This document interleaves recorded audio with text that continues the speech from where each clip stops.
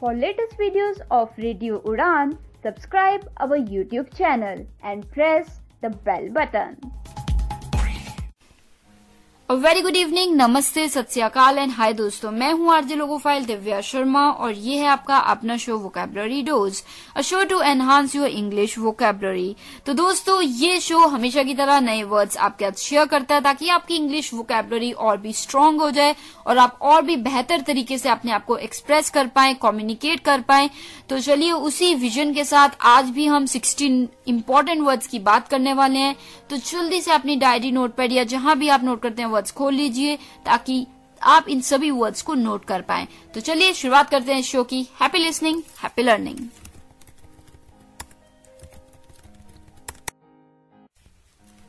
So now we are in the first segment of this 292nd episode of Vocabulary Dose and today we are talking about 16 important English words. तो चलिए first word for the evening is abject. Abject ये एक adjective है, abject, ABJECT, abject यानी कि most unfortunate और miserable, कोई चीज जो बहुत ही खराब हो, उससे खराब कुछ हो ही नहीं सकता, तो वो हो गया एब्जेक्ट। जैसे there is abject poverty in some parts of the world, मतलब वर्ल्ड के कुछ एक भाग ऐसे हैं जहाँ पे बहुत ज्यादा पॉवर्टी है, गरीबी है, सो इट्स एब्जेक्ट पॉवर्टी, मतलब बहुत ज्यादा, आप सोच भी नहीं सकते उससे भी ज्यादा पॉवर्टी है। Clear? So abject.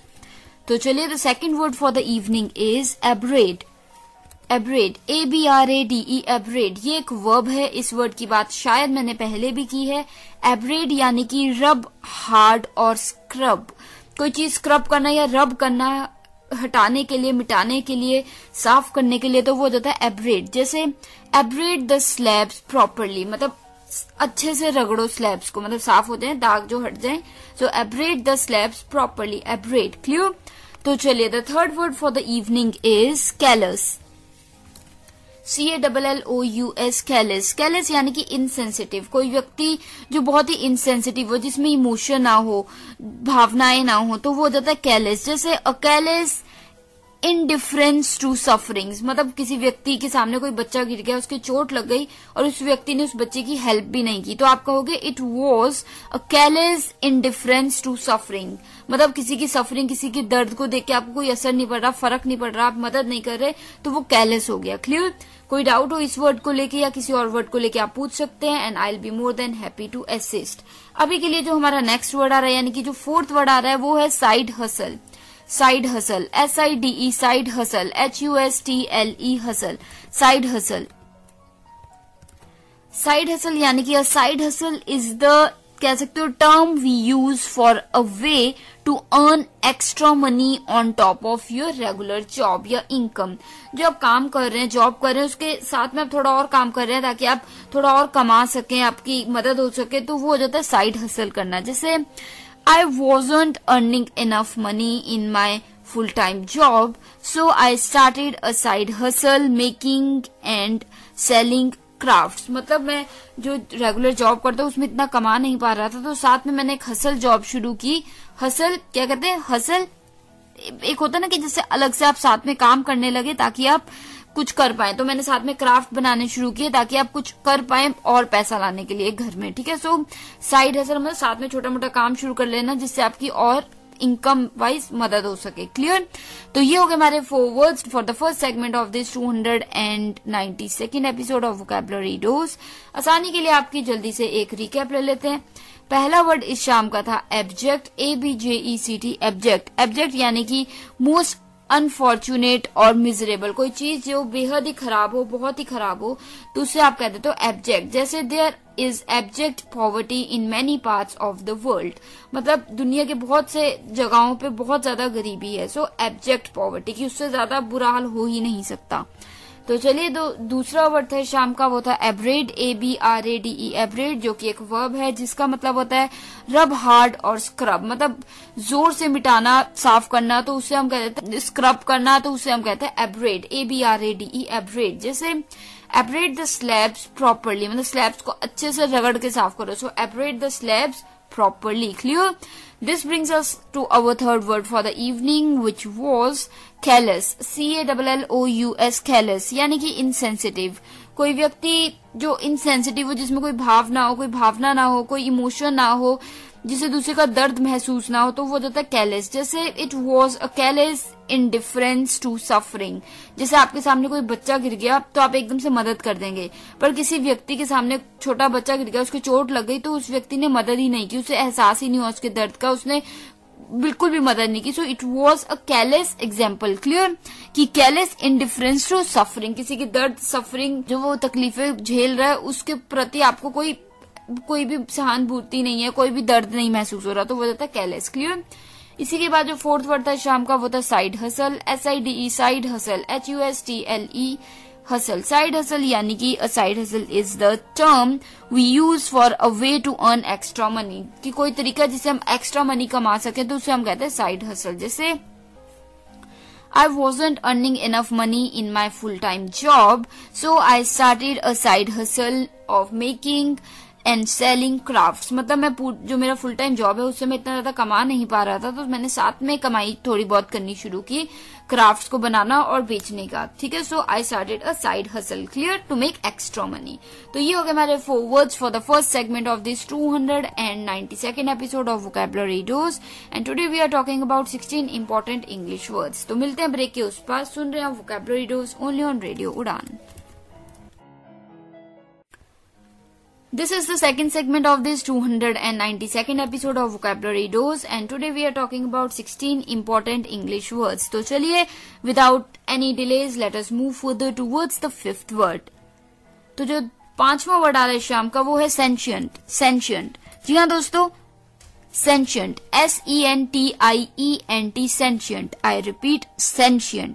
SENTIENT. Sentient. यानी कि to be sentient means to be, कह सकते हो, कॉन्शियस। कोई व्यक्ति बहुत कॉन्शियस हो रहा है, to be able to sense या टू बी अलाइव, मतलब कोई व्यक्ति जो बहुत ही कॉन्शियस सोच पा रहा है, समझ पा रहा है चीजों को, फिर ध्यान से कर रहा है, या जिंदा है, बिल्कुल कॉन्शियसली ध्यान दे रहा है, तो वो हो जाता है, क्या हो जाता है, उसके लिए हम ये वर्ड यूज कर देते हैं सेंशियंट।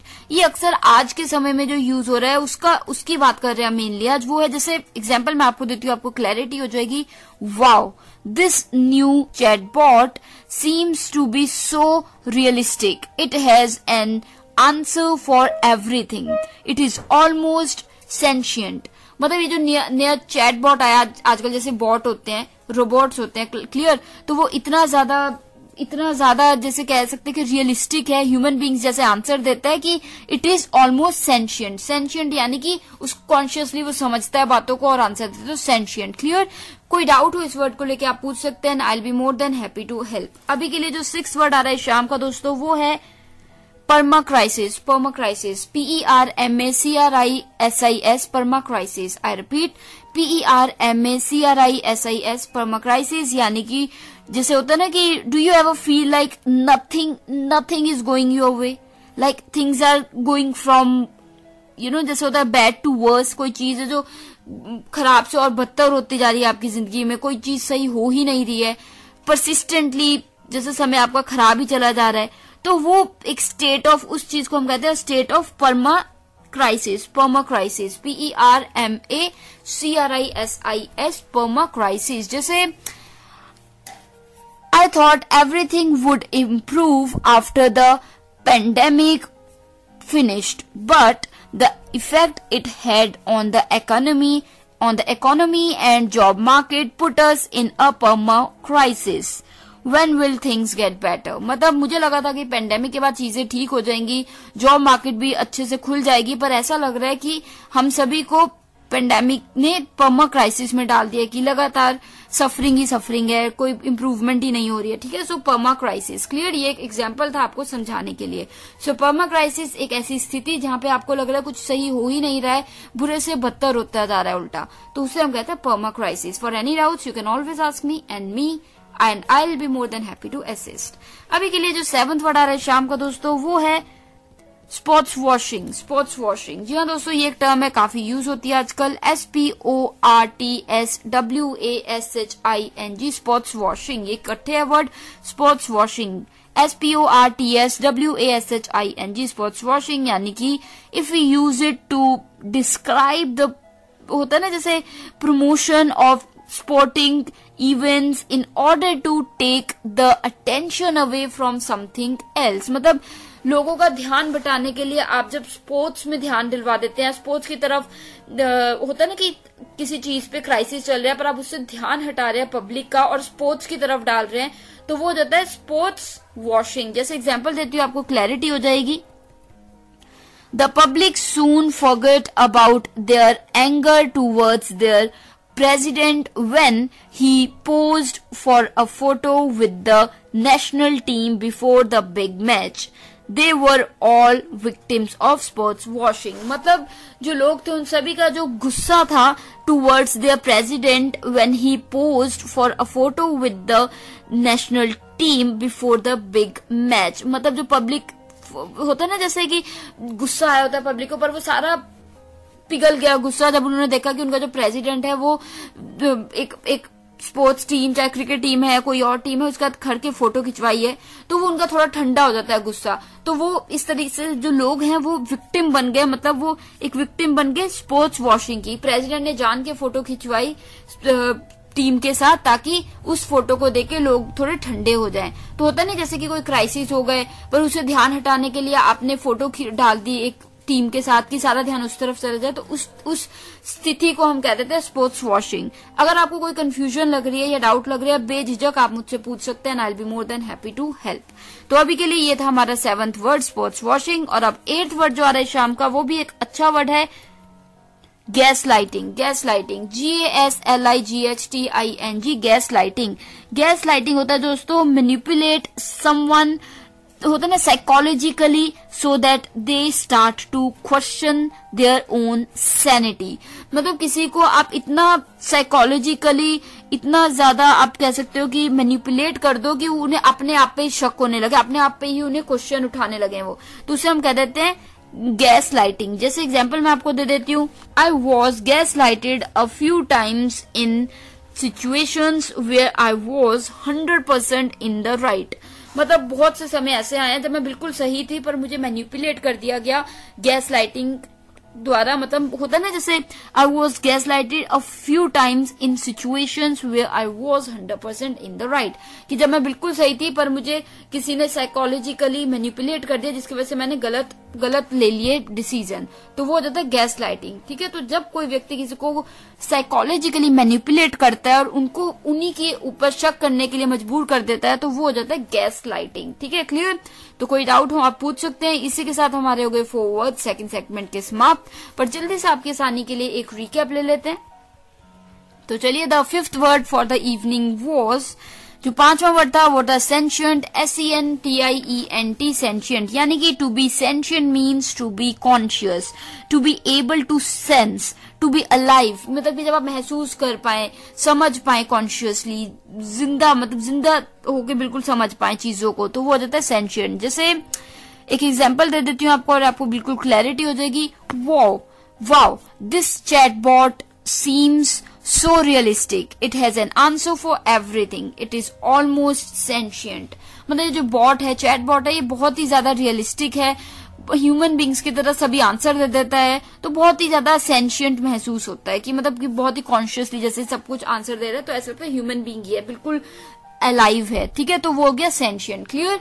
तो इसी के बाद जो हमारा 6th वर्ड है शाम का, वो था पर्माक्राइसिस, PERMACRISIS, पर्माक्राइसिस. यानी कि जब आप एक ऐसी स्थिति में हो जहां पे आपको लगे चीजें खराब से बदतर ही होती जा रही है, सही हो ही नहीं रहा है. जैसे होता है ना, do you ever feel like nothing is going your way, like things are getting from bad to worst. Well, perhaps you are in a state of permacrisis. जी हाँ, कभी आपको ऐसा लगा है कि आपकी जिंदगी बेहतर हो ही नहीं रही है, चीजें बुरे से बदतर होती जा रही हैं, तो शायद आप ऐसी स्थिति में जिसे हम कह सकते हैं पर्माक्राइसिस.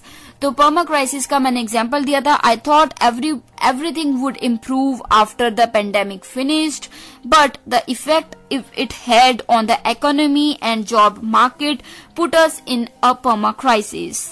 When will things get better?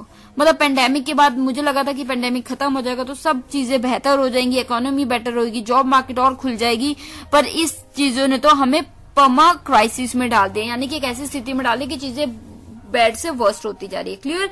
So this was just an example to make you understand the meaning of permacrisis. But even then if you have any doubts you can always ask me and I will be more than happy to assist. अभी के लिए जो 7th word आ रहा है शाम का वो है sports washing.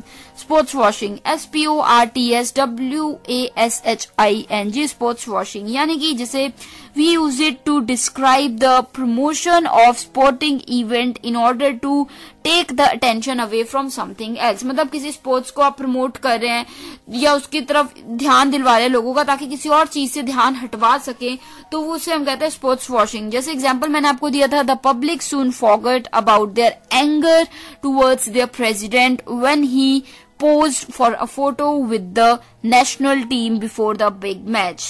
They were all victims of sports washing. मतलब जब लोगों को गुस्सा आया हुआ था प्रेसिडेंट पे, पर प्रेसिडेंट ने एक बड़े मैच से पहले टीम के साथ फोटो डाल दी, तो सभी लोगों का गुस्सा थोड़ा ठंडा हो गया कि ध्यान उस तरफ चले गया कि अच्छा मैच है, ये वो है.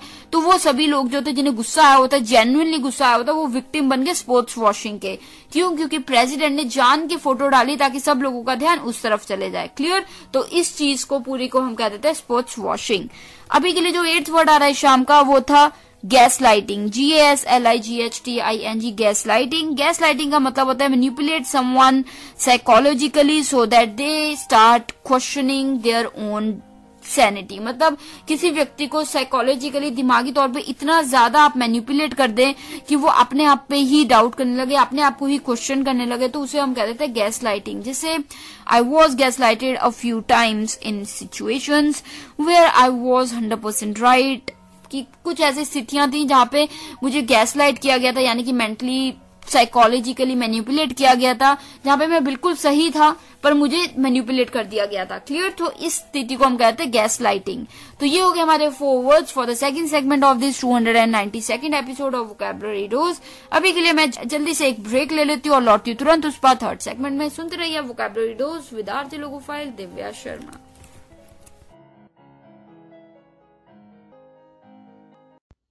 ओफो मम्मा, आप कहाँ जा रही हो? मुझे बहुत सारा होमवर्क करना है और मुझे कुछ समझ में नहीं आ रहा, मुझे मीनिंग भी समझ में नहीं आ रही, मैं कैसे करूँगी? ओफो बेटा, आपको पता है ना कि ऑफिस जाने का टाइम है. प्लीज बेटा, मैं शाम को आकर आपको पूरी इंग्लिश पढ़ा दूंगी, सब चीज समझा दूंगी. ओके बेटा? मम्मा भी चले गए, पापा भी चले गए, भैया भी नहीं है. अब मैं अपना इंग्लिश का होमवर्क कैसे करूँगी? अगर मुझे इंग्लिश के वर्ड्स आते तो मैं सारा होमवर्क कर लेती, पर मैं अब किससे पूछूं? ये परेशानी सिर्फ रिया को नहीं, उन सारे लोगों को होती है जिनकी इंग्लिश की वोकैबुलरी थोड़ी सी कमजोर है. आपकी वोकैबुलरी को और भी स्ट्रॉन्ग बनाने के लिए आरजे दिव्या लेकर आ रही है वोकैबुलरी डोज. तो हर गुरुवार शाम 7 से 8 बजे और हर शुक्रवार दोपहर 2 से 3 बजे तो अपनी इंग्लिश की कमजोरी को दीजिए एक नई पहचान. ऑन योर रेडियो उड़ान, a flight of life.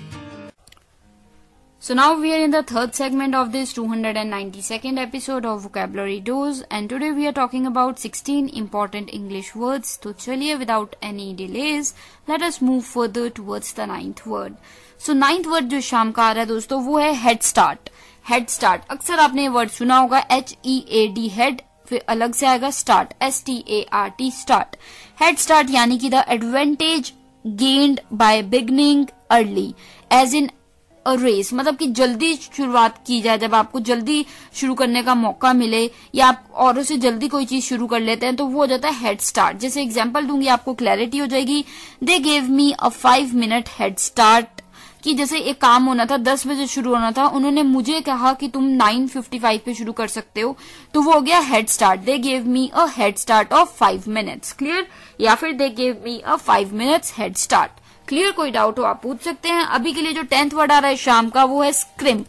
स्क्रिम्प scrimp होता है दोस्तों SCRIMP स्क्रिम्प, जिसका मतलब होता है to spend a little money, मतलब as little money as you can, या फिर to spend as little money as possible. जितना कम आप खर्च सके उतना आप खर्चने की कोशिश करें, तो उसे हम कहते हैं स्क्रिम्प, SCRIMP स्क्रिम्प. जैसे people will scrimp and save to ensure that their children get a good lifestyle. मतलब लोग अक्सर कोशिश करते हैं कि जितना कम हो सके उतना खर्चें ताकि उनके बच्चों के लिए वो पैसा जमा कर सके उनके अच्छे लाइफस्टाइल के लिए.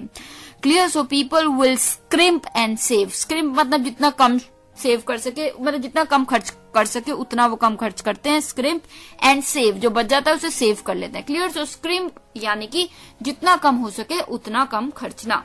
तो चलिए इसी के बाद जो 11th वर्ड आ रहा है शाम का दोस्तों, वो है ब्रेन वॉश। ब्रेन वॉश ये एक वर्ब है, ब्रेन वॉश, ये आपको शायद मोस्ट प्रोबेबली पता ही होगा।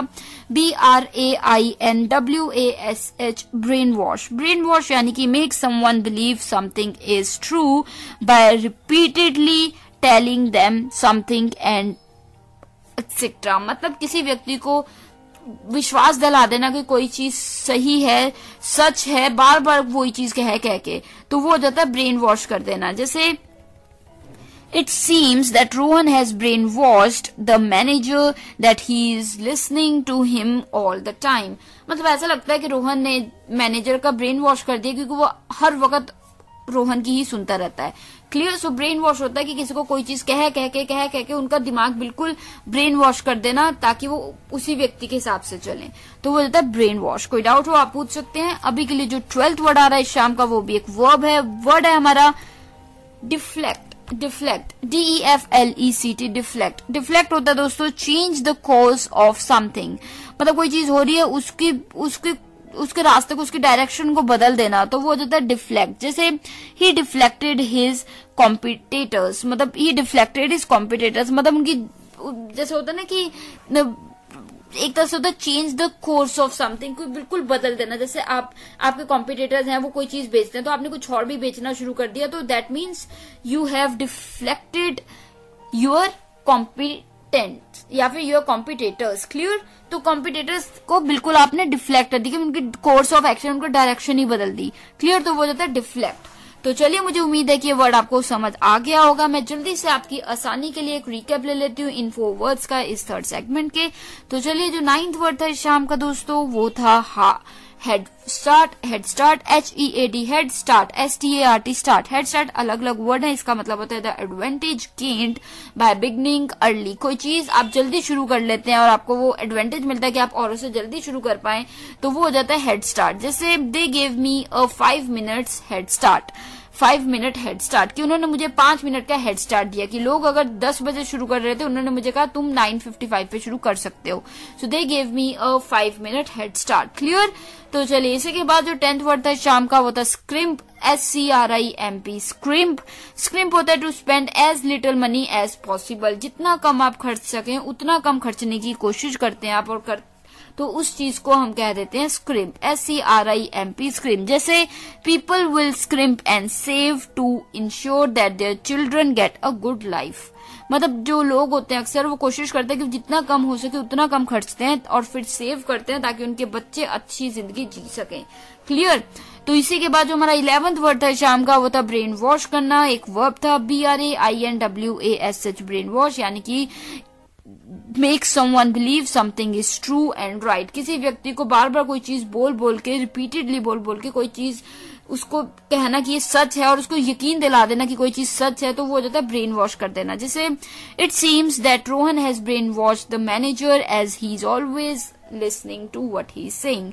मतलब ऐसा लग रहा है कि रोहन ने मैनेजर को ब्रेन वॉश कर दिया क्योंकि वो हर वक्त जो भी ये कहता है वो सुनता है, तो वो ब्रेन वॉश करना होता है। क्लियर। कि सही है गलत है वो बस सुनता है इनकी, तो that means he has brain wash him.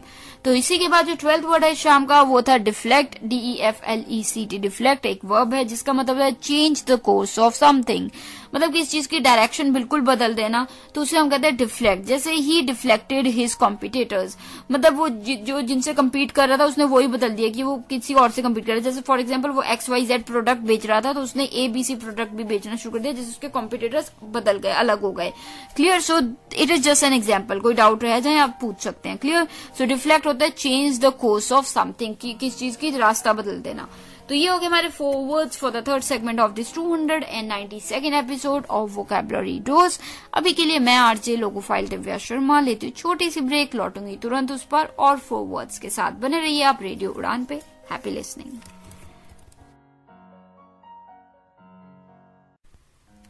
So this brings us to our 4th segment of this 292nd episode of Vocabulary Dose, and today we are talking about 16 important English words. So चलिए कदम बढ़ाते हैं 13th word की तरफ। Aromatic. जी हाँ, 13वां word इस शाम का aromatic, AROMATIC, aromatic. Aromatic होता है having a strong pleasant order, मतलब एक अच्छी खुशबू आना, सुगंध आना अच्छी, तो उसे हम कहते हैं एरोमेटिक। जैसे the pine woods were more aromatic, मतलब जो पाइन वुड्स थी जो पाइन की बनी हुई थी वो बहुत ही ज्यादा एरोमेटिक थी, उनमें से एक बहुत ही अच्छी सुगंध आ रही थी, खुशबू आ रही थी, प्लेजेंट, जिसको सुन के आपको अच्छा लगे, सो एरोमेटिक। जैसे अक्सर क्या होता है, बारिश के बाद एक अच्छी सी खुशबू आती है मिट्टी, गिल्ली मिट्टी की, तो आप कह सकते हो it was so aromatic. Clear? तो एरोमेटिक यानी कि एक अच्छी सुगंध आना। तो चलिए इसी के बाद जो 14th वर्ड है शाम का दोस्तों, वो है एप्रिशिएबल। एप्रिशिएबल, जी हाँ दोस्तों, ये वर्ड आपने शायद सुना होगा, समझ आ ही गया होगा आपको। एप्रिशिएबल, APPRECIABLE, एप्रिशिएबल, यानी कि इनफ टू बी एस्टिमेटेड और मेजर्ड। एप्रिसिएबल यानी कि कोई चीज जिसको आप मेजर कर सकें या जिसको आप बिल्कुल आंक सके, तो उसे आप कह सकते हो एप्रिसिएबल। जैसे appreciable amounts of noxious waste are dumped into the dig, मतलब कि बहुत बड़ी मात्रा में जो गंध है उसे दबाया जाता है बड़े बड़े डिग्स में, डब्बों में या हार्बर में, तो वो हो गया, क्या हो गया ये एप्रिसिएबल। एप्रिसिएबल होता है यानी कि जो आप मेजर कर सके चीज, तो एप्रिसिएबल अमाउंट्स होते हैं कि वो अमाउंट जिनको आप मेजर कर सके। कोई चीज है जिसको आप मेजर ही नहीं कर सकते तो उससे आप एप्रिसिएबल नहीं कह सकते। क्लियर? तो एप्रिसिएबल, कोई डाउट हो आप पूछ सकते हैं। अभी के लिए जो 15th वर्ड है इस शाम का वो है लाउजी। जी हाँ दोस्तों, लाउजी। लाउजी, LOUSY, लाउजी यानी कि वेरी बैड। कोई चीज जो बेहद खराब हो, गंदी हो, तो उसे हम कह देते हैं lousy, LOUSY, lousy, very bad. जैसे it was a lousy play, मतलब ये जो प्ले था एक लाउजी प्ले था, खराब गंदा प्ले था, तो it was a lousy play. Clear? तो किसी भी चीज को अगर आप कहोगे it was a lousy performance, एक अच्छी परफॉर्मेंस नहीं थी, बेहद गंदी परफॉर्मेंस थी, तो आप कह सकते हो it was a lousy performance. या किसी ने आपका अच्छा बिहेव नहीं किया, तो आप कह सकते हो he behaved, it was a lousy behaviour. ठीक है? क्लियर? तो चलिए इसी के बाद जो अंत यानी कि 16th वर्ड आ रहा है शाम का दोस्तों, वो भी एक अच्छा वर्ड है, मैकिंटॉश। मैकिंटॉश, जी हाँ, अच्छा सा अटपटा सा वर्ड है मैकिंटॉश, यानी कि वाटरप्रूफ कोट, मतलब वाटरप्रूफ कोई चीज होना, वाटरप्रूफ कोट होना, जो मतलब ऐसा कोट जिसमें से अंदर पानी नहीं जा सकता, तो उसे हम कह देते हैं mackintosh. Mackintosh, MACKINTOSH, mackintosh, MACKINTOSH, mackintosh, यानी कि वाटरप्रूफ कोट। जैसे she found her turning the street corner wearing thick Macintosh that reached almost to her ankles, मतलब उसने उसे जाते देखा, कॉर्नर से मुड़ रही थी वो, उसने एक मैकिंटॉश पहना हुआ था, यानी कि कैसा कोट पहना हुआ था जो कि वाटरप्रूफ था और वो उसके पैरों तक पहुंच रहा था कोट। ठीक है? तो सिंपल सा एग्जांपल दिया आपको एक समझाने के लिए, अदरवाइज मैकिंटॉश सिंपल सी चीज है, कोट जो कि वाटरप्रूफ है। क्लियर? तो ये हो गए हमारे 4 words for the 4th segment of this 292nd episode of vocabulary dose. आसानी के लिए आपकी जल्दी से एक रिकैप ले लेते हैं। 13th वर्ड इस शाम का था एरोमेटिक, AROMATIC, एरोमेटिक। एरोमेटिक यानी कि having a strong pleasant odour, मतलब किसी चीज की एक स्ट्रॉन्ग अच्छी सुगंध हो, अच्छी खुशबू हो, तो उसे हम कह देते हैं एरोमेटिक। जैसे the pine woods were more aromatic, मतलब जो पाइन वुड्स थी, जो वुड्स थी, लकड़ियां थी जो पाइन की बनी हुई थी, वो काफी ज्यादा एरोमेटिक थी। एरोमेटिक यानी बहुत ही सुगंध आ रही थी, उनमें खुशबू बहुत अच्छी आ रही थी, तो एरोमेटिक। क्लियर? इसी के साथ जो 14वां यानी कि 14th वर्ड था शाम का दोस्तों, वो था एप्रिसिएबल, APPRECIABLE, एप्रिसिएबल। एप्रिसिएबल होता है इनफ टू बी एस्टिमेटेड और मेजर्ड, कोई चीज इतनी हो जिसको आप मेजर कर पाए, ऐसा अमाउंट जिसे आप मेजर कर पाए कि आंक सके कि कितना है, तो उसे हम कह सकते हैं एप्रिसिएबल। जैसे appreciable amounts of noxious waste are dumped in the river या इन द डिग, मतलब बहुत सा इतना, मतलब आपने एक कह दिया एप्रिसिएबल अमाउंट की, इतना अमाउंट जो आप मेजर कर सकते हैं उतना ज्यादा गंद डंप किया जाता है पानी में, तो इतना अमाउंट जिसे आप मेजर कर सके तो उसे हम कहते हैं एप्रिसिएबल। क्लियर? इसी के बाद जो 15वां यानी कि सेकंड लास्ट वर्ड था शाम का, वो था लाउजी। जी हाँ, 15th वर्ड था लाउजी, LOUSY, लाउजी यानी कि वेरी बैड। कोई चीज जो बेहद खराब हो, गंदी हुई हो, तो उसे आप कह सकते हो लाउजी। जैसे it was a lousy play, कि एक ये खराब खेल था, या फिर it was a lousy performance, एक बेहद ही खराब परफॉर्मेंस थी, या फिर it was a lousy behaviour, कि ये एक बहुत ही गंदा बिहेवियर था उसका, so it was a lousy behaviour. Clear. इसी के बाद जो 16वां यानी कि 16th वर्ड था शाम का, लास्ट वर्ड वो था मैकिंटोश, MACKINTOSH, मैकिंटोश। मैकिंटोश यानी कि वाटर प्रूफ कोट, कि कोट जो वाटर प्रूफ हो, तो उसे हम कह देते हैं मैकिंटोश। जैसे she found her turning the street corner wearing a thick Macintosh that reached her ankles। मतलब उसने देखा उसे जाते हुए कि वो स्ट्रीट के कॉर्नर से मुड़ रही थी, उसने एक वाटरप्रूफ कोट यानी कि मैकिंटोश पहना हुआ था जो कि उसके पैरों तक पहुंच रहा था। तो मैकिंटोश यानी कि एक ऐसा कोट जो कि वाटरप्रूफ हो। क्लियर। तो दोस्तों these were the 4 words for the first segment of this 292nd episode of vocabulary dose. अभी के लिए मैं एक छोटी सी ब्रेक ले लेती हूँ, बट आप बने रहिए क्योंकि मैं आरजे लोगो फाइल दिव्या शर्मा ब्रेक के तुरंत उस पार आऊंगी और बात करेंगे हम। Happy listening. So now we are in the last segment of this 292nd episode of Vocabulary Dose, and today we have talked about 16 important English words। तो ये वर्ड्स आपको कैसे लगे, कितने समझ आए और आप कैसे यूज करने वाले इन वर्ड्स को जरूर बताइएगा। अपने फीडबैक, आइडियाज, सजेशंस, व्यूज भी आप शेयर कर सकते हैं। हमारी वेबसाइट है www.radioudan.com। साथ ही आप ट्विटर, इंस्टाग्राम, फेसबुक पे हमें रेडियो उड़ान के नाम से ढूंढ सकते हैं और हमें फॉलो कर सकते हैं और वहां पे अपने मैसेज या पोस्ट भी कर सकते हैं।